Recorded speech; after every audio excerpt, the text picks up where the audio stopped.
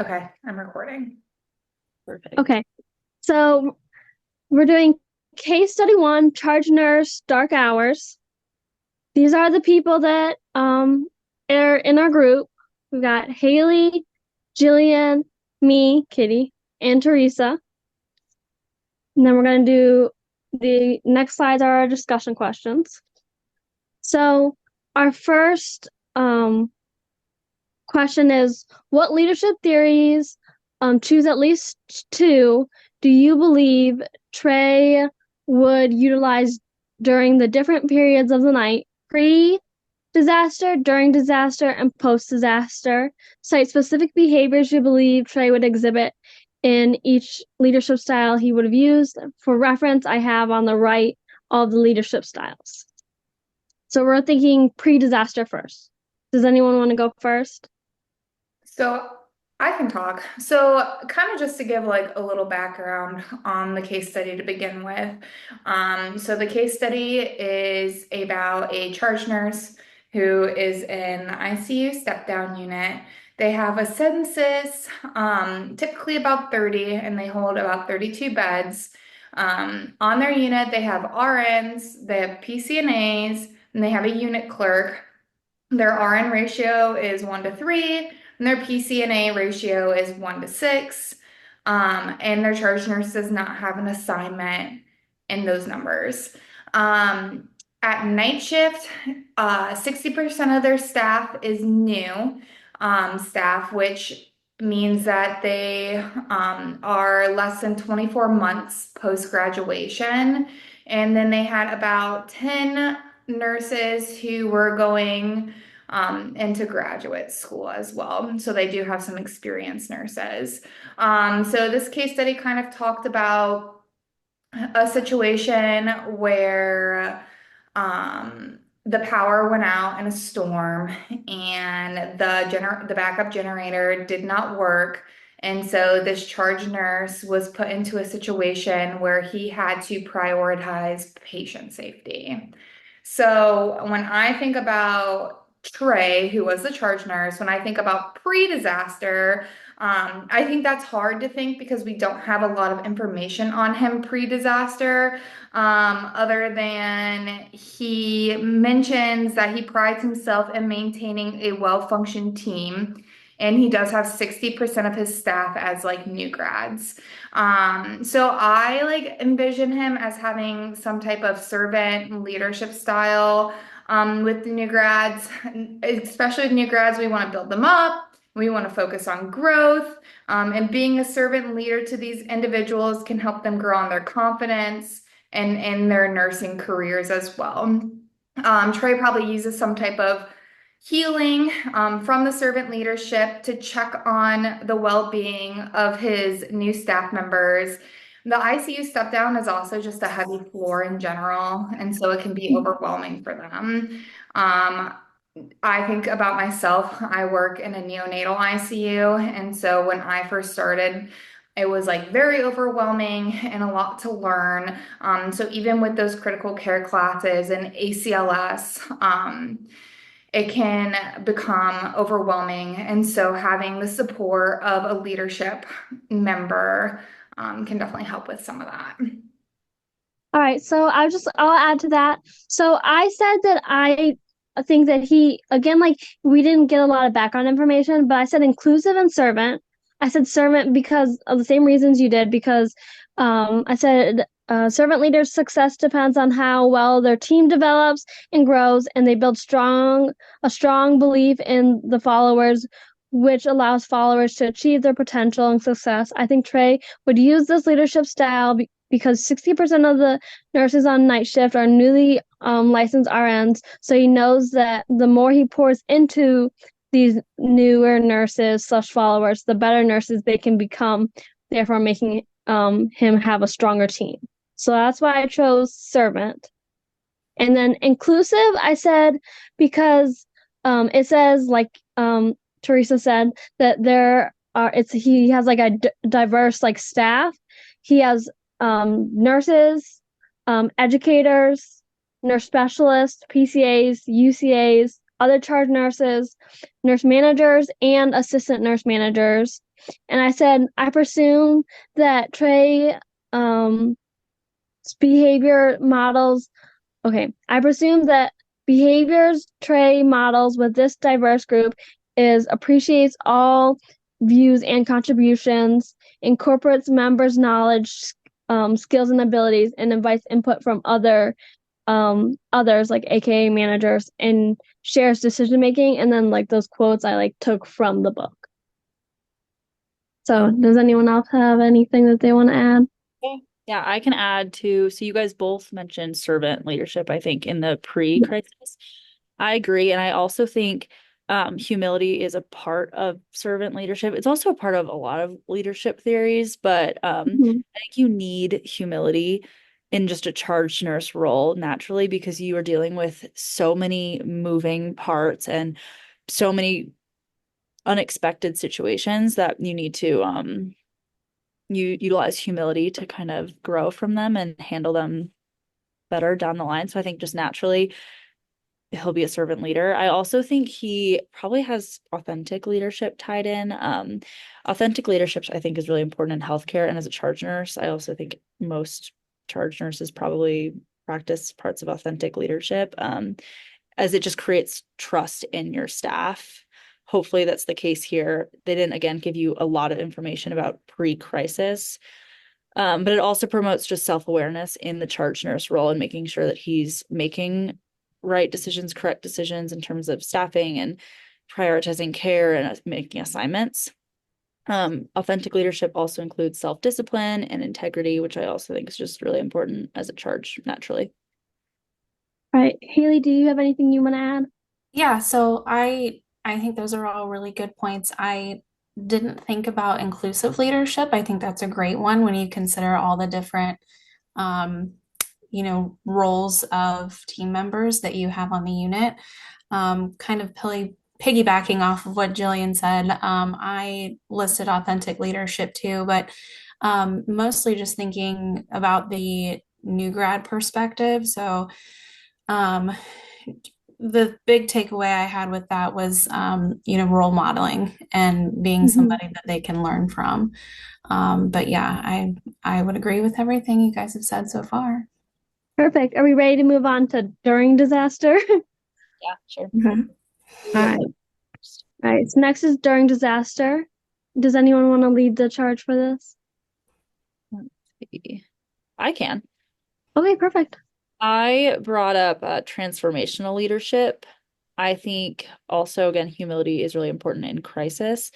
See what I wrote down here. Accepting that one does not know everything, especially when things go wrong. I also think tied to transformational leadership is open-mindedness, ideas, and helping to fix problems very quickly. He seems like he reacted very quickly and knew the changes that he had to make. He was very proactive, and he also was ability to take included ability to take risks. I think with the whole situation in general, it's not something you can really prepare for. So has he probably been through a situation similar? Probably not. So he was taking risks with uh, prioritizing patient care. I also think he utilized adaptive leadership as he was transparent with what was going on and creative as he just adapted to the interventions. And Yeah. I agree with you. I also said that he had adaptive leadership. And we think about it, he had like a huge adaptive challenge. So not only did the power fail at the hospital, but then, we kind of rely on that backup generator, and that backup generator failed as well. So he like quickly had to assess the situation. And so he overall looked at the big picture in the situation, which was patient safety, and patient outcomes. And so the biggest part he identified was the challenge with the ventilators being shut off, and that they had very limited resources. So right away he went and communicated with his team, and prioritized with his sickest patients. It sounded like he worked with somebody named Sarah who also improvised to provide best patient outcomes. Like it sounded like she was coordinating with the hospital emergency teams. They were checking patients, they were manually getting heart rates, they were manually doing respiration rates. Um, and Trey was also, on top of that, going around and checking on his staff and his patients during the time of the event as well. So because of his good communication skills, they were able to adapt to the situation that was at hand and still provide effective patient care, given the situation that they were in. I had talked about adaptive leadership as well. I think that, um, when we talked about this in our last class, we kind of mentioned it being during times of big change, but I think even in a temporary crisis such as this, obviously adaptive leadership is very important for various reasons. But something that I said that was a little bit different was um, it would seem that he was encouraging and helping to others as far as adapting and coping with what was going on. I think in the case study, they mention he has a huddle, so he's keeping everybody informed. And then, they mention he was comforting frightened patients and staff and assuring them that everything was going to be okay. So I think that that just kind of shows, another way that he was utilizing adaptive leadership. I also mentioned servant in this one just because Mhm. one of the ways that I interpreted servant leadership is being kind of in it with your people and being right next to them and helping. And he was obviously, doing all of those things when checking on the patients and all of that. So, um, yeah. Okay, so I think that like I don't know if it was obvious to everyone else, but like I feel like adaptive leadership was like the big one. Mhm. Like you guys all said it. But so I won't touch on that because I agree on the adaptive. But the other ones that I thought he displayed was authentic and the leader member exchange, and I'll go into why. So I said I think that Trey would be utilizing authentic leadership because he doesn't really have much time to think and analyze how to act. He's just doing like what he knows, right? He displays a couple of the basic characteristics.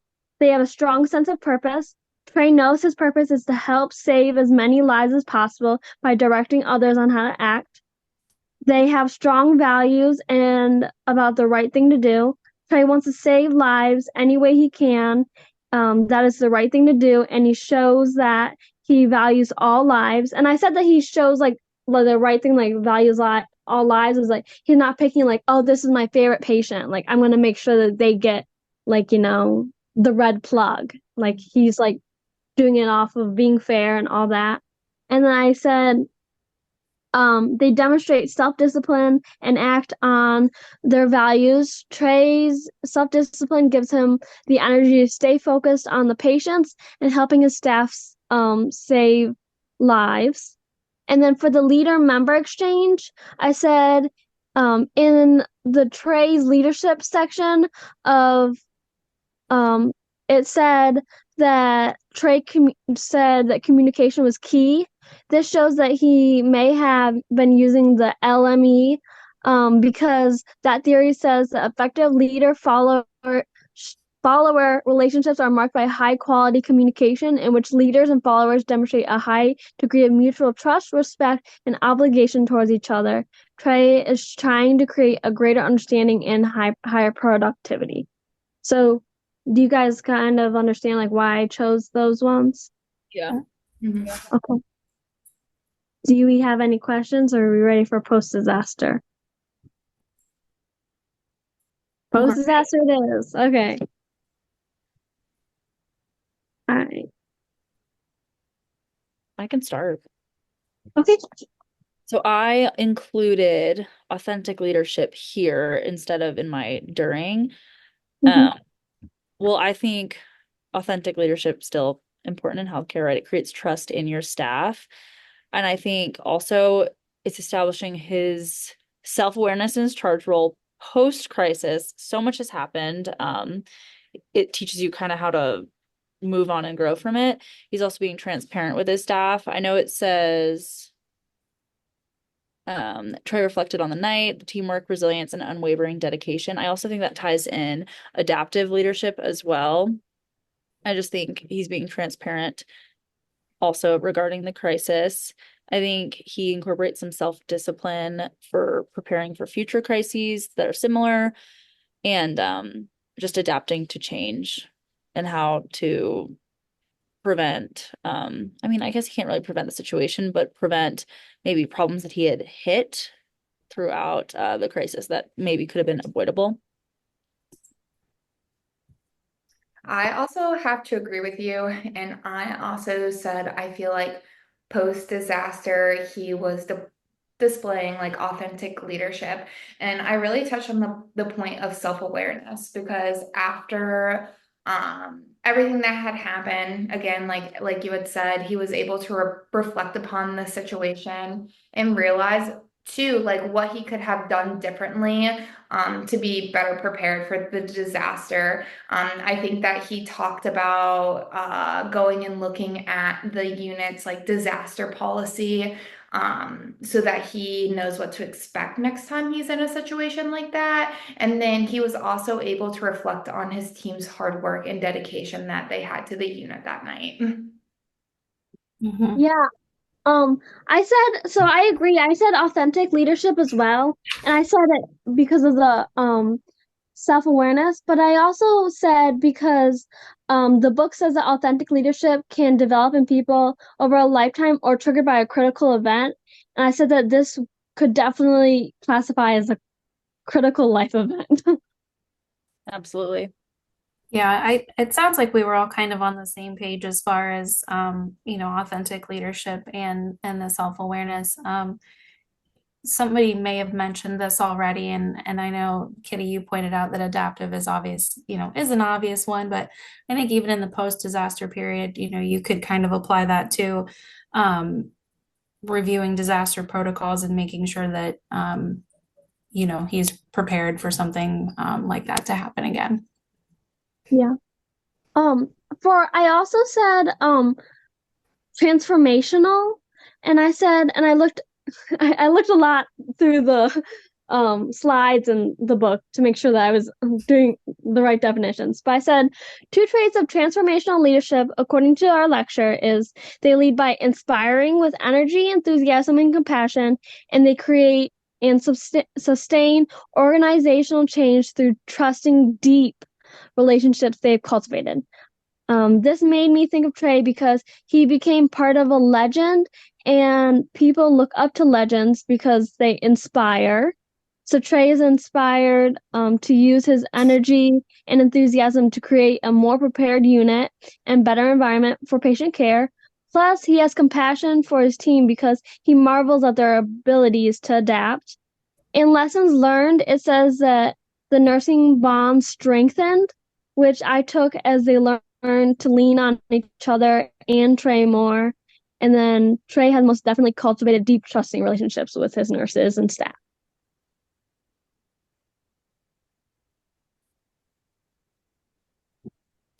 All right. Did anyone else have any other leadership styles besides authentic and transformational and adaptive? For all of them? No, well, I meant just for posts. No, I don't think so. Mm-mm. Okay. So then the next question is, how would each of the leadership theories Trey would have expressed impacted his situation assessment and decision making? And so I don't know if I interpreted this right, but since I kind of used all of them, I just had a slide kind of for each. I thought we were going to just talk about each one, each leadership style and how that would have affected his situation assessment and decision making. So I just did it in order. So the first two are the leader member exchange and transformational leadership. So I kind of put for the leader member exchange, I said that if he was utilizing this leadership theory. I just picture like him utilizing his in groups, and those people would be the one completing the most difficult tasks during the time of the disaster, such as the ventilation of the patients, they talked about Sarah before, and have her having a group that she was leading as well, where he might have nurses in the out group who don't have a close relationship with him, and they might be only focusing on their own patients instead of the unit as a whole during the events. I totally agree with that. Like, I said that he would be leaning on his in-group more than the out-group for decision making. He has a better relationship with them and knows them, um, more, and he knows that they'll go above and beyond because he has already, cultivated those relationships with him. I can talk about some transformational leadership. So I Okay. think if he were to be showing that humility that I was talking about before, he would be asking for advice and help. I think it's really hard to ask for help when, especially you're in a leadership role. Some people think that they need to be able to do it all, but I also think it's a big, big component when you have help readily available. I think that would also lead to more efficient decision making altogether. If you knew just better ways to approach situations, making staff assignments, coordinating care, deciding who was more crucial as a patient. I just think it would have maybe run smoother during the crisis. Yeah, I can touch on transformational too. I kind of looked again at, as at the portion of transformational leadership that focuses on keeping your team motivated. And as far as his situation assessment, that could go back to his interactions with his team members and seeing, what they needed to keep up on their patients. And then I also made a point about um, just communication again, and maintaining that kind of those clear, open lines about what needs to be done and the vision to kind of get through everything. All right, I'm gonna move forward. So next is authentic and servant. I can start this one out. So I said the book said leaders who know themselves and have a clear sense of who they are and what they stand for. They have, oh, well, this is just like describing what an authentic leader is. They have a strong anchor for their decisions and actions. I said, so I feel in the situation assessment and decision making, Trey would lean on what he knows, but also use balanced processing to ask his followers about what is going on and how to act. He would trust himself with his own knowledge, with also the help of the followers and what they know and his actions to get him through. So that's what I said for authentic. That's great. I had also talked about authentic being that since it is based on your own core values, I I think he would have continued to make his decisions based on patient priority. Of course, he's a nurse, he's a charge nurse. Of course, that's going to be what he wants, what he's aiming for to take care of patients based on priority. I also think maybe he would balance information before making the decisions a little bit more, just by taking in and then like taking his own thoughts and values and maybe altering how he approached situations based on his leadership style.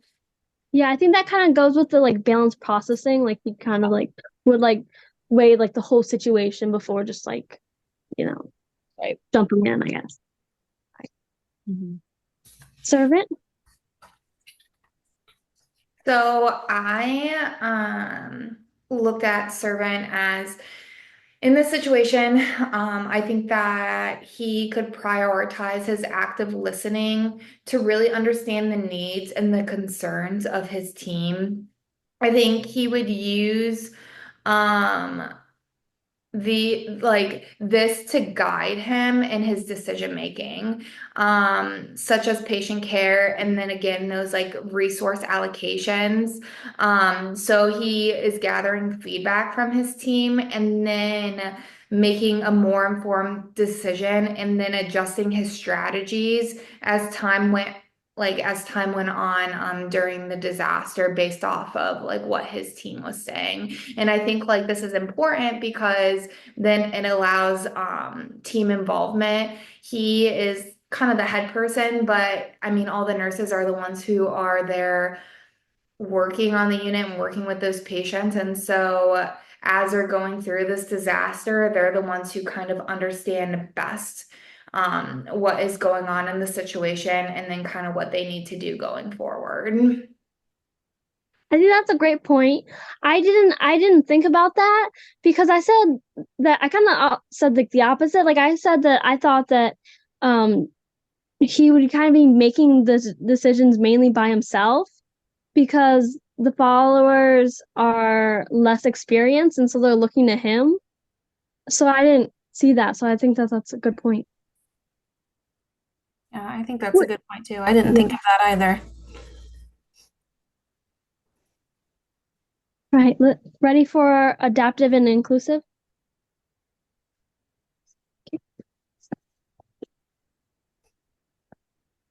I can start with adaptive. So, um, I again kind of mentioned, with this looking at the big picture for the unit needs as a way of situation assessment. So, specifically, the patients that needed um, manually ventilated, assigning that role to various people, and then strategizing, who he was going to use to kind of complete those tasks that they needed to fill.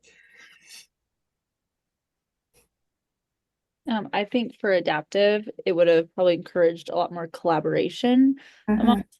people in leadership roles. Maybe I don't know what they're called elsewhere. We call them CNCs, like reaching out to, I don't know, management and whoever else is in leadership with him. It could have potentially slowed down decision making, though, taking in all of these different opinions regarding delegation and care could have slowed it down. I also think adaptive leadership encourages patient or not patient feedback, which is better for post crisis, but I think during it would have potentially slowed everything down and led to potentially debriefing after the crisis as well. Just looking. Yeah. I think it's definitely can you guys hear me, right? Yeah. Mhm. Okay, sorry. My computer's like messing me up. All right. I definitely think it's like a combination like with adaptive like you can use it like kind of like in the moment because it does talk about like being the first step being like the balcony thinking, like taking a step back and like looking kind of up. But you also, I said, I feel like Trey would be making firmly supported decisions that are not rash, but are also done in a timely manner considering the situation. So like they have to be like thought out, but still like not too long. So I understand what you're saying though, like how it can be time consuming. And then for inclusive, again, probably a little bit similar to servant leadership style, but I said for this that he could take the input from a variety of experience levels and backgrounds as he has new grads.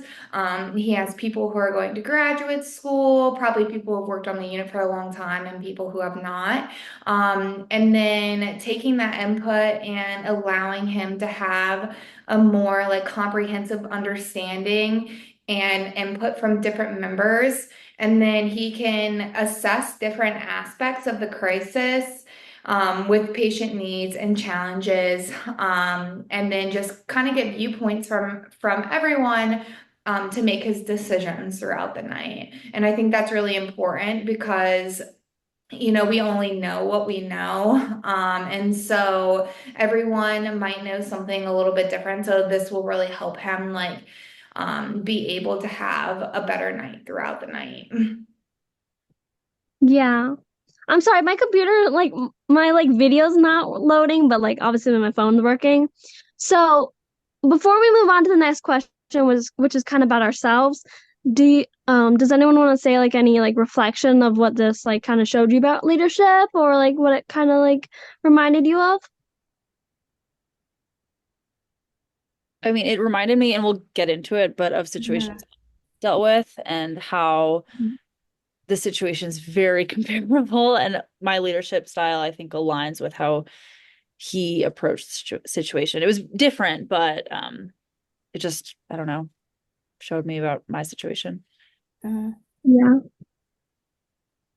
I like I didn't like write this down, but like the last question where it had us like kind of like review like every single leadership style, it made me like see how many like intersections, kind of like how common they kind of are. Right. Did A lot anyone of else them kind of see that as overlap. well? Yes. Yeah. And I feel like the lecture we had last class, it was also quite apparent how they do overlap in certain ways. Yeah. Yep. All right. Anyone else have anything else to say? All right, let's move on.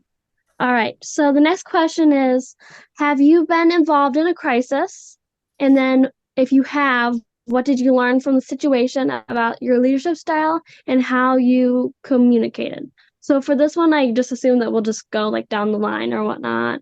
We're all sharing our experiences. So I can start. I charge in the operating room at my hospital, and we have 12 operating rooms.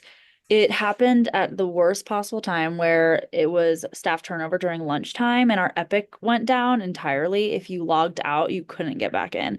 So most of the rooms didn't have access to any kind of charting, blood gases, ordering blood. Let's see, it was just poor timing. So I was responsible for delegating tasks, alerting everyone of the situation, handing out downtime paperwork, helping people work through using downtime paperwork. I have personally never used downtime paperwork, so it was just a lot going on at once. Um, but what I learned was how to quickly delegate. I think, especially when you're in a situation where it's very time sensitive, you need to allocate tasks accordingly to your resources. And then I think it's important to know who to alert in crisis, what steps to take, and then how to support the operating room staff and the patients in peri-op and ones that are during these, gnarly cases. I also think it improved my own communication styles. I think every situation that you encounter that you struggle with as a charge nurse or a floor in any kind of nurse and healthcare, you learn a lot from it, and you learn how to not get yourself into similar problems again, how to come out of them quickly, you learn a lot, you grow a lot in them. So I also think transparency is huge during crisis. I think if you share the appropriate amount of information of what's going on, people will be understanding, be more willing to help others. And then they can, I don't know, they can help you as well. So I think that's all the things that I learned about a similar situation about not having really the resources, not as extreme, but Yeah. I can go next. So, I said yes. I have been involved in multiple crises. I said I've been involved in two cold blues. The first time was when I was a nursing student, and I was a follower in that situation. It taught me the importance of staying calm and listening to what I was being told and to know my limits. So all I knew was like CPR, so it's like all I did. And like know my limits with CPR as in like knowing when to be like, hey, like I'm getting tired. Okay. And then I said the second time I was in the code blue, I was the actual nurse that called it. I applied what I had learned before in the previous code blue. I stayed calm and I knew my limits. The patient's O2 saturations were in the teens, so I knew that I had to move swiftly and communicate to the doctors clearly what I was seeing. But I wanted to be able to give them background information on the patient so that they like understood like why I was kind of like why I thought it was urgent, I guess. I learned that I still have a lot to learn, before I can feel like an actual leader in a code blue. But I was able to use the adaptive theory because I did that balcony thinking, like taking a step back and like looking at the situation. I looked at like the machine. I was like, is the machine just malfunctioning? I asked the mom, like, is this normal? Like I did inclusive because I got doctors, I got other nurses, and I got other respiratory therapists. And then I said that I think that I used authentic because I trusted what I knew, but I also knew like where to ask for help. And then what I was also going to mention on Jillian's part was that sometimes it kind of feels like with these situations, it feels like a double-edged sword, I feel like, because like at times it feels like the only way to learn more or like be better at the situation is to go through more situations like that. But like they're always stressful and like it's always like a challenge. So it's like okay. But yeah, you guys can, go. Okay, so yes, I also have been in a few crises. I am not currently a charge nurse in my current job. I was when I worked full time in an emergency department, and we actually had a not a true active shooter situation, but it was there was a armed visitor on hospital grounds, and we did have to lock down the ER, kind of make some changes to operations, and as far as moving patients in and out and letting visitors in and out and things of that nature. One thing I learned about myself, which I feel like shows up in the ER anyway, is you kind of learn how to be calm in situations like that are especially scary. And I think being able to recognize that that is something that's scary kind of made me think about being an authentic leader. So, um, you know, it ended up not being a real threat, but we didn't know that at the time. So, um, a big part of being authentic with my team to me was kind of relating to them and also, communicating. Jillian, I think you mentioned transparency. That was really important in this situation as well, so that everybody kind of felt like they were on the same page, just to kind of keep panic and things at bay. And really, I think that was it. I was going to talk a little bit about transformational and servant leadership, but I'm actually going to save that for the next question. Ooh. So I work in a NICU, so I have also been involved in many different crises. But when I thought about this question, one that kind of particularly came in mind to me was when I was precepting actually my first Orient. So kind of a little background in the NICU. Like our patient saturations like waver all the time. Like at 1 minute they can be up in the 90s, and the next minute you look, they can be in the 40s. And like for an adult, that would be scary, but for a baby, we give them time to like recover and try to come back up on their own. And so that this was going on with this baby all night long. And so I was watching the monitors, and watching the baby, and all of a sudden I watched the monitor go from 40 and I was like, okay, she's doing it again. And then I watched it go to 20, 10, 9. So the baby was coding. And my Orient at the time was like in trying to work with the baby. And I told her to move. I called the code.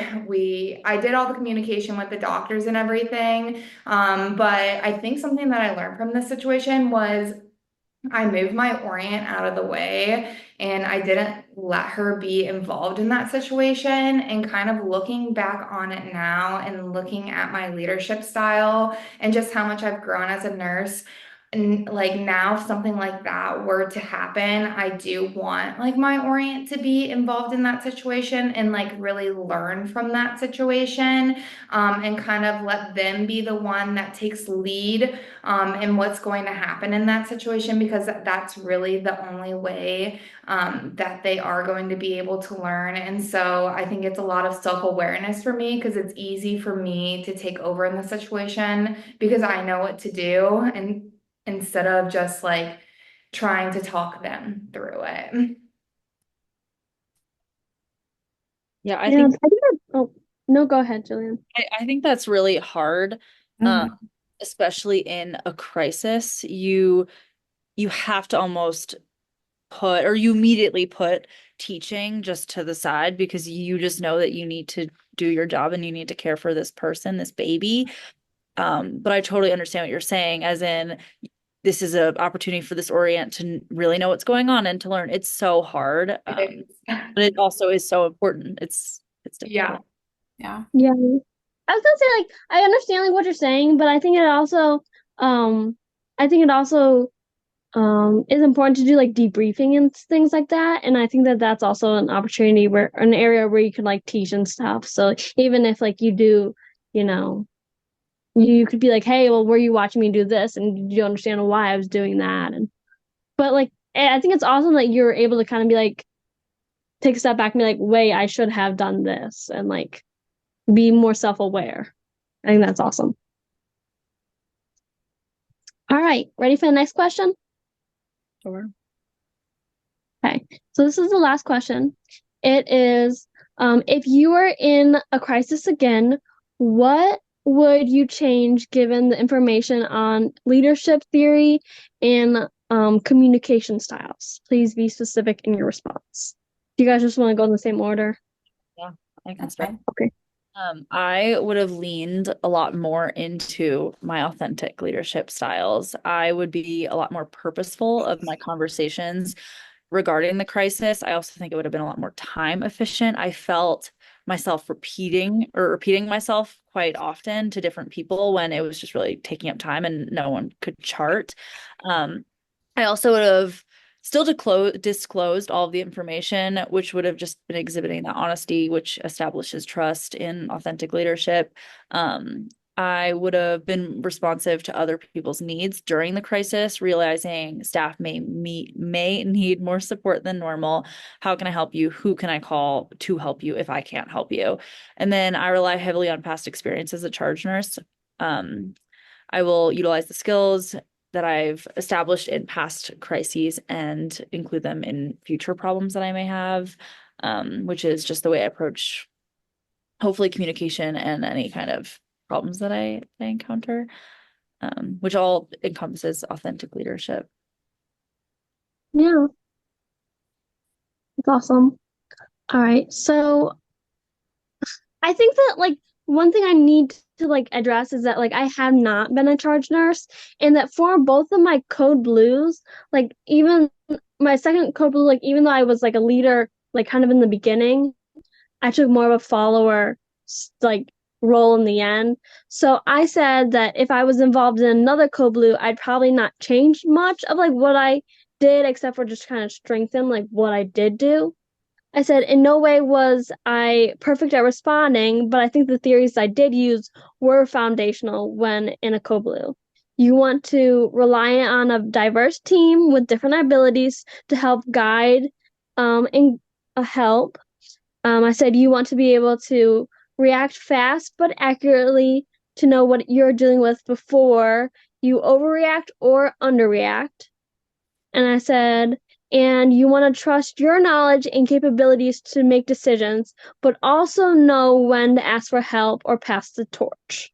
I said, I think communication is very important, especially when you are first alerting people what is going on. You need to know what is going on and have background information so that everyone starts on the same page and has a good clue of what's going on. So communicating during the code is also very important because people can't read minds and they don't know when to step in or step out and when to actively get involved at like each point. So you need to communicate, hey, I'm getting tired of doing CPR. I need someone to like hop in the next 5 seconds, like things like that. So I think my example felt a little bit tricky just because in the particular situation that I was in, I mentioned authentic leadership and being as transparent and genuine and self-aware as I could, so as again, not to like cause panic and keep everybody calm, but um, there's also only so much information that you can give when you're hearing things from, the police and security that are involved. But Yeah. I think that one thing I thought of that I might have changed or that I may have given a little bit more focus to would probably be incorporating being more of a servant leader and just kind of maybe trying to find smaller ways to see how I could, um, show support and kind of um, focus on how, people were feeling and what they needed in the moment. Granted, again, that was kind of tricky to incorporate into this particular situation, but I think that, that's something that probably could have helped with, morale and how everybody felt about it afterward. Yeah. I don't know. I went through like a similar situation and I was definitely the follower that needed the help. But like I would not know like if I was a leader and I was like first experiencing that, like I would not I feel like I'd be the same way. Like I would not know how to react. I'd be kind of more focused inward than like outward. So I don't like fall to at all for like thinking that way, you know. It could, especially when like it's the first time, it's hard to think, you know, especially in your situation with an active shooter situation. Yeah, because the focus is certainly, of course, on keeping patients and everybody safe, but then, wanting to kind of incorporate other ways of making that a better situation for everybody is Yeah. tricky for sure. So I guess in my last question, I kind of touched on this already. But I think like in my situation, I just kind of want to be like more like an adaptive and a servant leadership style. I want to be more self-aware of the situation that is going on at hand and remain like calm and collective under the pressure that I'm under. And then, I do precept a lot on my unit. And so I really want to focus on building confidence in my orients and allowing them to be more involved in the care, especially like when a crisis is going on. So that way they're able to learn and grow from that situation. And then through that, I want to be able to use healing. It's really important to check in on your orients. And see how well they're doing, see, how they're feeling throughout the whole time of their orientation. If there's anything that they're struggling with and kind of really understanding that. And then using my active listening skills as well to like understand the needs, and the concerns, of the Orient. And then also just like using that to, be able to learn from them as well and then to change, kind of the way that I'm teaching or making decisions in the care of my patients. I think it's always like a good learning opportunity to learn from somebody else as well. And so I think that those are some of the things that I definitely could work on in my leadership theories and styles. Oh, that's awesome. All right, so we're at the end of the slideshow and we're at the end of our question. Does anyone want to add anything before we stop the recording? No? Okay. I don't think so. Feel free to stop the recording.